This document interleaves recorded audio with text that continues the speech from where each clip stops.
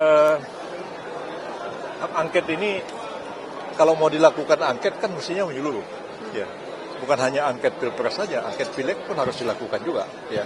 Seperti misalnya ada partai yang mendapat suara terbanyak, coba diangket juga. Mereka dapat suara sebanyak itu nyolongin suara partai lain atau tidak? Ya, mereka gunakan uang atau tidak untuk membeli suara rakyat sehingga mereka mendapat suara yang begitu besar. Tapi kalau diajukan seperti itu mereka juga nggak mau.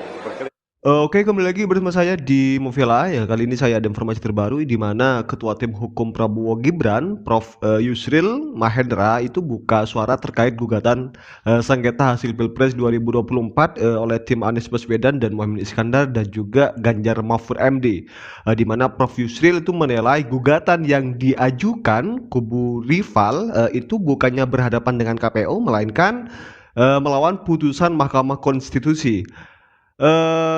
Menurut Yusril, Prof. Yusril ya, langkah hukum yang diambil kubu rival terkait pencalonan Gibran itu sudah terlambat, sangat terlambat sekali, di mana Ketua Umum PPB itu pun heran dengan lantaran kubu paslon nomor urut 1 dan 3 baru menggugat pencalonan Gibran, padahal menurut dia kedua kubu itu telah sama-sama menjelaskan atau menjalankan kontestasi pemilu hingga usai.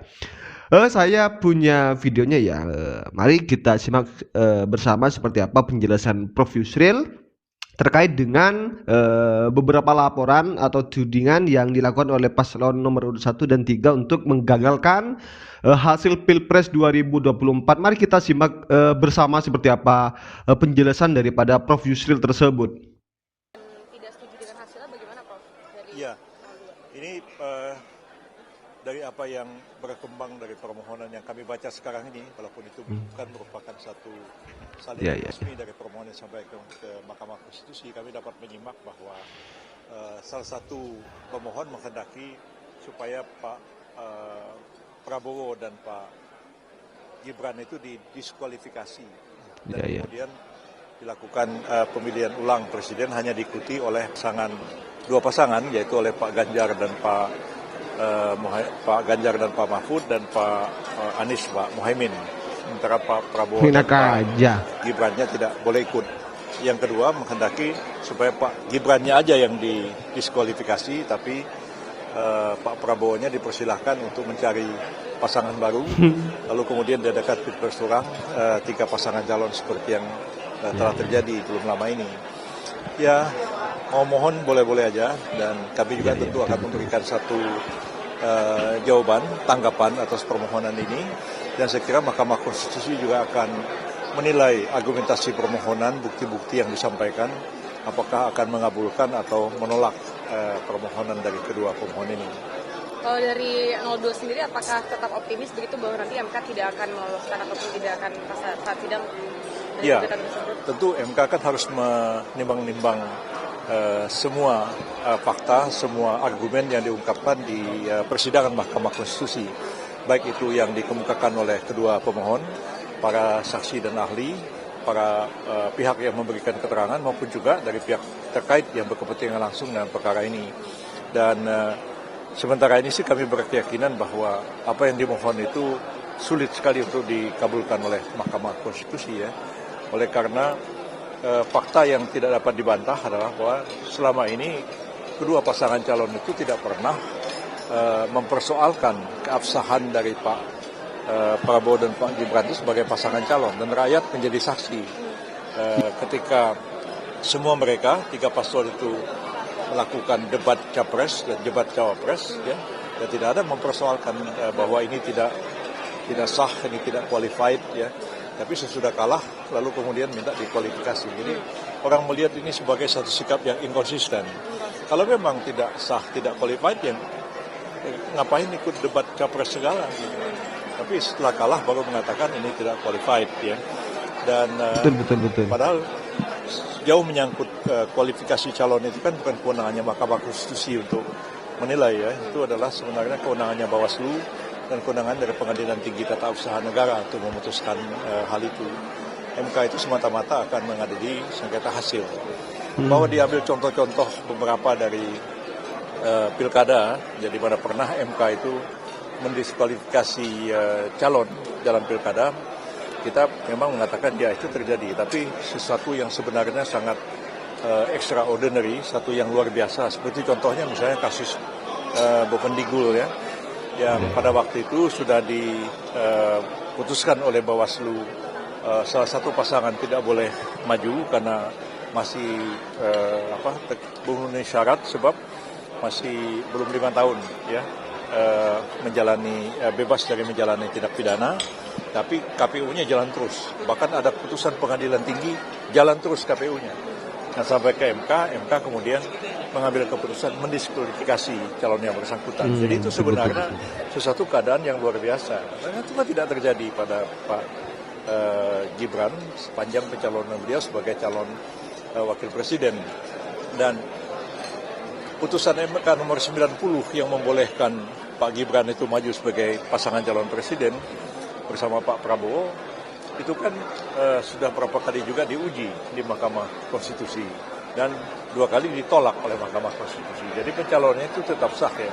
Karena itu saya mengatakan permohonan ini kalau memang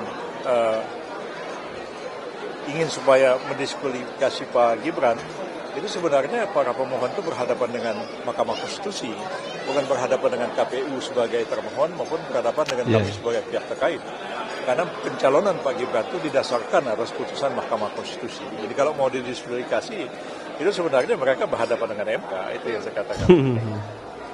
Ada yang lain? Kalau melihat hak angket di DPR gimana, Prof? Hak angket ini, kalau mau dilakukan angket kan mestinya menyeluruh. Ya, bukan hanya angket pilpres saja, angket pileg pun harus dilakukan juga. Ya, seperti misalnya ada partai yang mendapat suara terbanyak, coba diangket juga. Mereka dapat suara sebanyak itu nyolongin suara partai lain atau tidak? Ya, mereka gunakan uang atau tidak untuk membeli suara rakyat sehingga mereka mendapat suara yang begitu besar. Tapi kalau dia juga seperti itu, mereka juga nggak mau, berkelit-kelit kan. Artinya maksudnya PDI Perjuangan begitu kalau semua, ya. PKS semua Golkar semua diangket aja. Ya kita juga mau tahu sebenarnya seperti apa sih pelaksanaan pemilu. Tapi kan kalau sudah menyangkut kepentingan diri sendiri kan maka berkelit-kelit.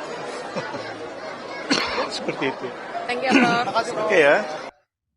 Oke, saya rasa cukup ya terkait dengan penjelasan dari Prof Yusril itu saya rasa sudah sangat cukup sekali dan luar biasa sekali terhadap tim hukum Prabowo Gibran untuk menghadapi tim 01 dan 03 bagaimana nantinya untuk adu debat, adu bukti, adu fakta di MK seperti apa hasilnya.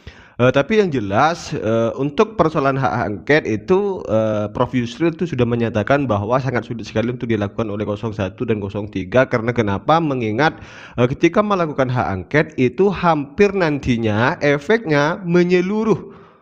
Itu bukan cuma hanya di ranah pilpres saja, tetapi juga ada di pileg dan lain sebagainya. Artinya ketika nanti tim kubu Ganjar atau PDIP itu mengusulkan hak angket di MK, maka otomatis nanti bagian para caleg atau pileg-pilegnya di kubu PDIP itu juga akan nanti ikut ke usut. Nah, seperti itu.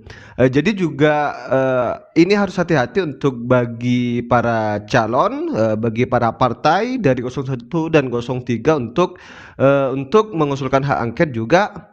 Dan bagi laporan terkait dengan bagaimana nanti harus ada pemilihan ulang, ini bagi Prof Yusril sangat tidak relevan, ini sangat tidak bijak sekali, ini sangat mustahil karena kenapa juga kemarin waktu di debat kandidat di kedua kubu ini memang tidak ada bantahan, ikut menikmati dalam perdebatan tersebut. Nah, ketika kalah seperti ini malah mau menggugat dan mau pilpres ini akan dilakukan ulang sehingga tidak ada nama Mas Gibran di sana.